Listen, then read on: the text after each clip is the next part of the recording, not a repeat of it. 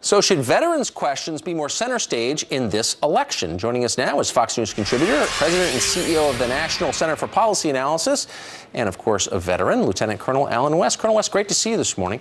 So you said you were distressed that these questions didn't come up until Marco Rubio raised them at the end of the debate.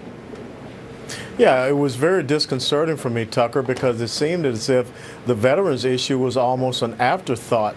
And when you think about if we are not as a nation able to care about those who are willing to give the last full measure of devotion, those who stand on freedom's ramparts, who return back to this nation where they've been willing to make that commitment, and we only relegated to a few minutes of a soundbite in this major debate, that is a sad indictment on our culture and what we believe is our priority issue. And I speak very clearly. My father was a disabled American veteran from World War II.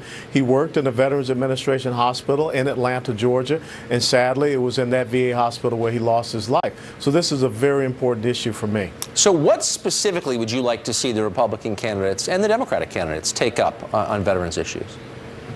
Well, I think most importantly, when we talked about this Choice Act, which President Obama signed into law, and now they want to try to defund the Choice Act. You know, it's very interesting to me that they don't want to defund Planned Parenthood, but they want to defund the Choice Act, enabling our veterans to be able to go to any medical center, to any clinic that is available to them. That, once again, shows you that something is awry with this administration and with this issue. And Marco Rubio did bring up a very important fact. Only one person has been fired from the Veterans Administration after this very heinous occurrence that we learned about veterans dying on waiting lists. Nobody ever gets fired from federal service, as you know. So there just aren't that many veterans running because a pretty small percentage of Americans now serve, and the greatest generation, of course, no longer in politics, really. On the Democratic side, Jim Webb, whatever you think of him, a legitimate war hero from the Vietnam War, is running. We're interviewing him tomorrow on the show. What do you make of Webb's candidacy? Well, I think Jim Webb is probably running in the wrong party.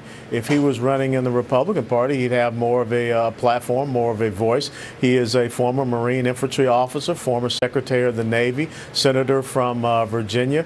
And so I think that when you look at that type of resume, he does not fit with the liberal progressive mantra of today's Democrat Party.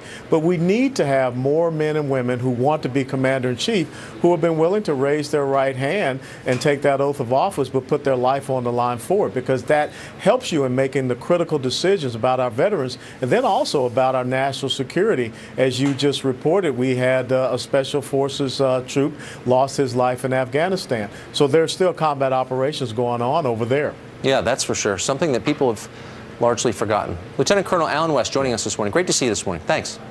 My pleasure. Thanks, Tucker.